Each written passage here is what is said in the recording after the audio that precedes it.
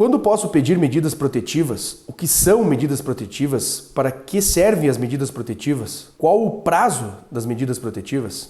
Meu nome é Geraldo Tadeu Jorge Filho, eu sou advogado criminalista aqui na Agulha Advogados e é sobre essas questões que nós vamos tratar no vídeo de hoje.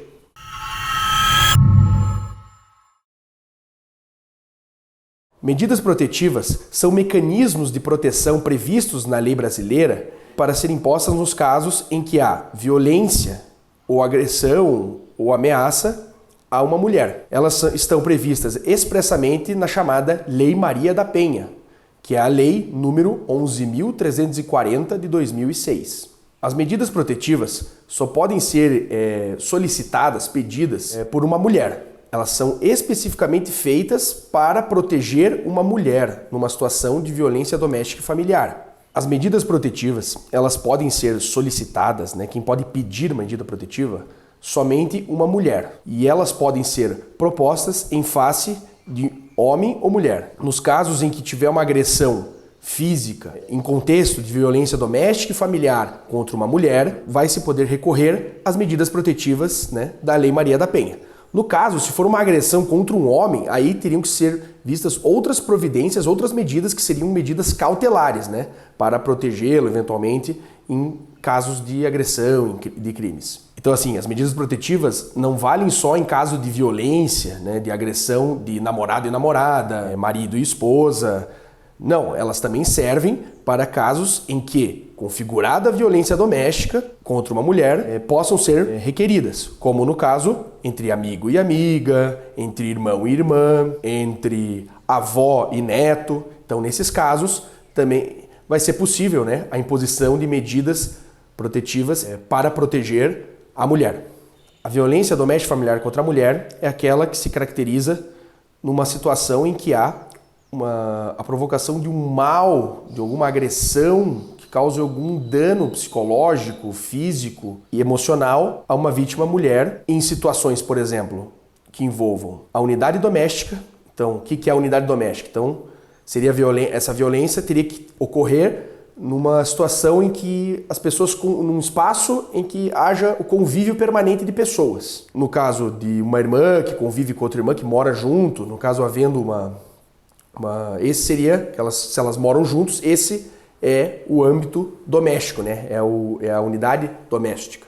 Então, nesse espaço de convívio permanente de pessoas, sejam elas com vínculo de parentesco ou não, se houver, por exemplo, uma amiga que vai morar na casa da irmã, por exemplo, o sujeito tem uma irmã e uma amiga dela vai morar esporadicamente, que não em situação de definitividade, vai morar por um tempo na residência. E ocorre uma situação, dentro dessa residência, ocorre uma situação de violência desse irmão contra essa amiga da irmã.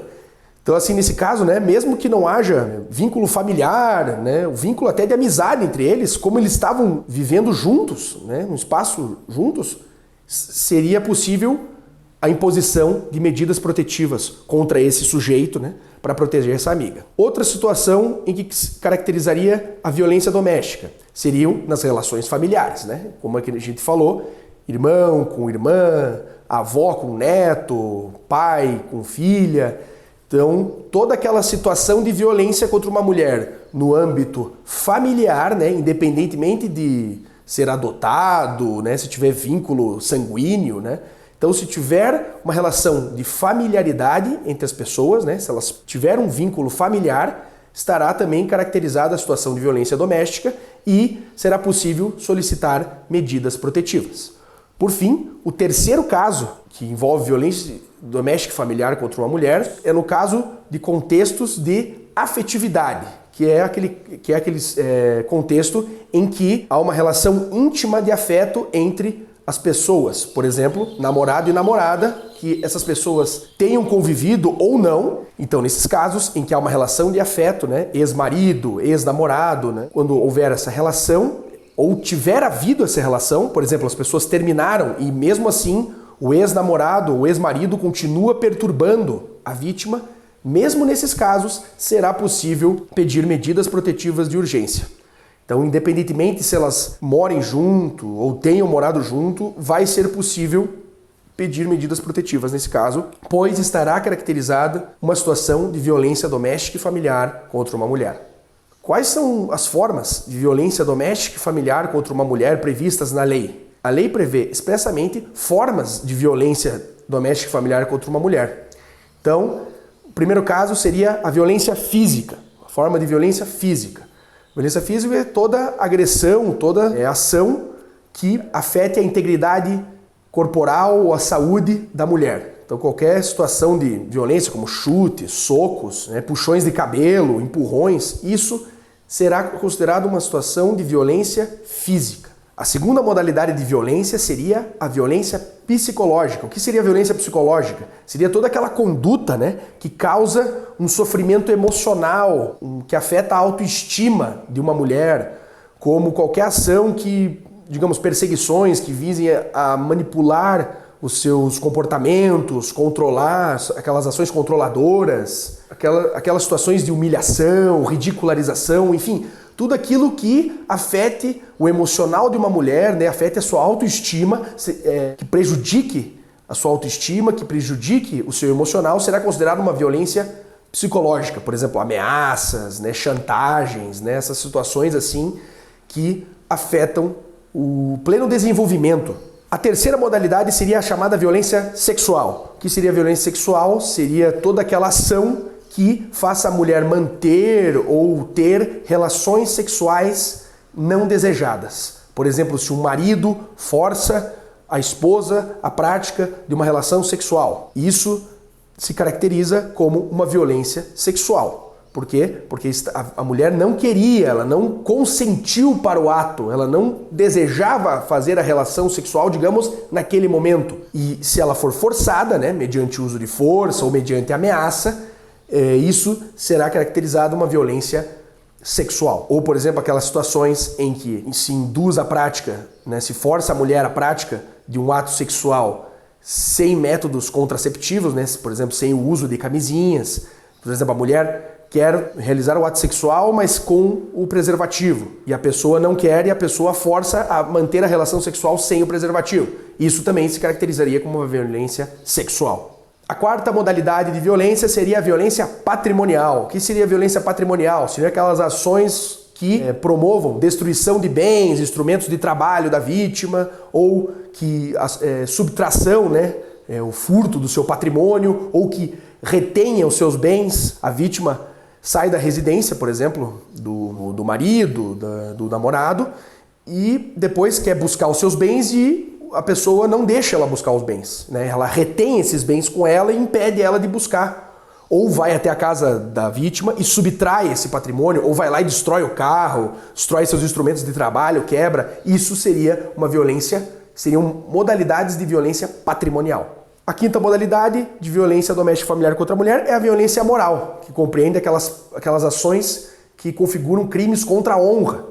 Quais são os crimes contra a honra? Calúnia, difamação e injúria. A calúnia é quando o sujeito atribui falsamente a prática de um crime por parte da vítima. Digamos, ele acusa a vítima de ter cometido algum crime. Por exemplo, ela acusou a vítima da prática de um roubo, falsamente. Isso caracteriza o crime de calúnia.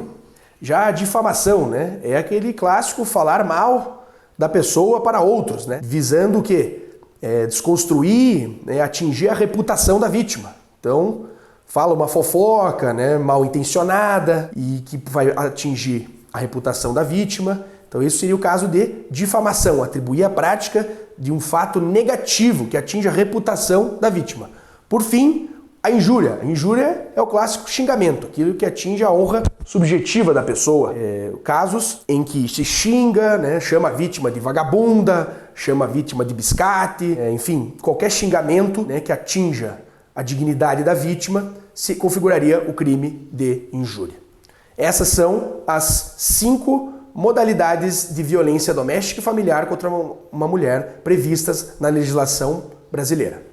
E como se pede uma medida protetiva? Como que a vítima faz para pedir uma medida protetiva?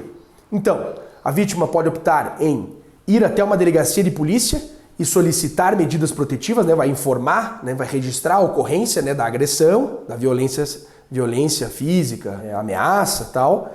A vítima pode buscar um advogado criminalista, para fazer com que ele peça diretamente ao juiz medidas protetivas de urgência que serão dadas num prazo de 24 horas, 48 horas. Né? Então, essas seriam as opções que a vítima tem de pedir medidas protetivas, solicitar medidas protetivas contra o agressor. E quais são as medidas protetivas conhecidas, mais conhecidas, que são pedidas normalmente, deferidas pelo juiz, pelo delegado? Afastamento do agressor do lar ou do local de trabalho da vítima, proibição de entrar em contato com a vítima, familiares ou testemunhas, né, por qualquer meio de comunicação, seja WhatsApp, seja telefonando, seja enviando carta, assim. Então, uma medida protetiva é proibir que o agressor entre em contato de qualquer forma com a vítima. Outra medida protetiva é impedir que o sujeito frequente os lugares comumente frequentados pela vítima, por exemplo, academia, que a vítima normalmente frequenta, e também impedir que o agressor se aproxime da vítima, de seus familiares ou de testemunhas, e com fixação de limite de distância. Por exemplo, fixação de 200 metros, não pode se aproximar de 200 metros da vítima. Então, por exemplo, se o cara ficar rondando a área onde ela trabalha, tal, isso configuraria uma violação de uma medida protetiva. E em caso de violação dessas medidas que forem deferidas, né, então, foram deferidas medidas protetivas. O sujeito tomou ciência dessas medidas, né, o oficial de justiça informou ele que foram impostas medidas contra ele. E ele vai lá e viola. Por exemplo, não pode manter contato com a vítima. Ele vai lá e manda mensagem para a vítima. Ou vai até o local de trabalho da vítima. A violação de uma medida protetiva configura um crime previsto na própria Lei Maria da Penha, além de poder ensejar a sua prisão preventiva por violação de uma determinação judicial, uma violação de uma determinação feita pela polícia.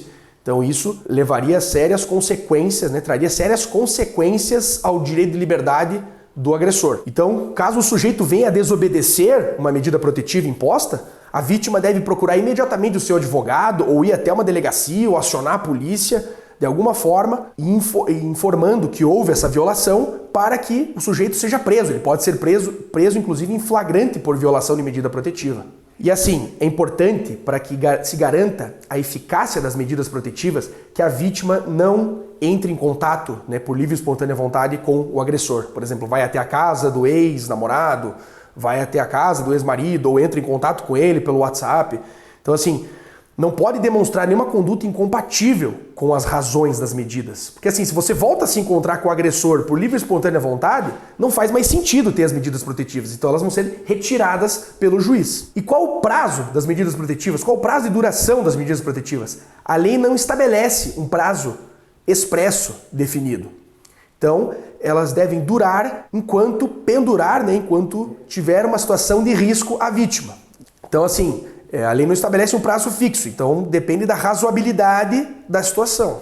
Então assim, as medidas protetivas não têm um prazo fixo, então elas vão durar conforme pendurar a situação de violência, né, quando tiver riscos à mulher, porque não tem um prazo específico determinado na lei, e elas não podem durar para sempre, né? As medidas protetivas não podem ficar durando eternamente. Então, quando não tiver mais qualquer situação, né, não sobrevier nenhuma notícia de ameaça, de descumprimento de medida, né, por um considerável período de tempo, o juiz irá retirar as medidas protetivas porque elas são restrições de liberdade. Então, assim, em muitos casos que a gente recebe aqui no escritório, é quando a vítima pede ela quer saber como faz para retirar as medidas protetivas. Então, assim, as medidas protetivas, para você retirar, né, as medidas contra o agressor, deve pedir para que o advogado comunique o juízo solicitando a retirada. E, a partir disso, o juiz vai analisar, com base no caso concreto, se vai retirar ou não. Deve a vítima pedir, né, pedir para o advogado, pedir na vara, solicitar a retirada.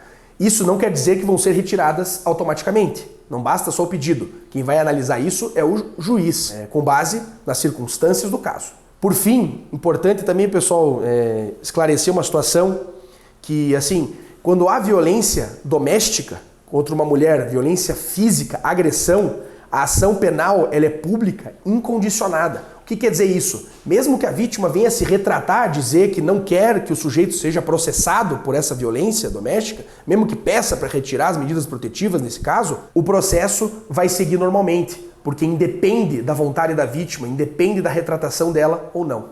É isso, pessoal. Esse foi mais um assunto tratado aqui por meio de vídeo. Em caso de dúvidas, consulte um advogado criminalista. Muito obrigado.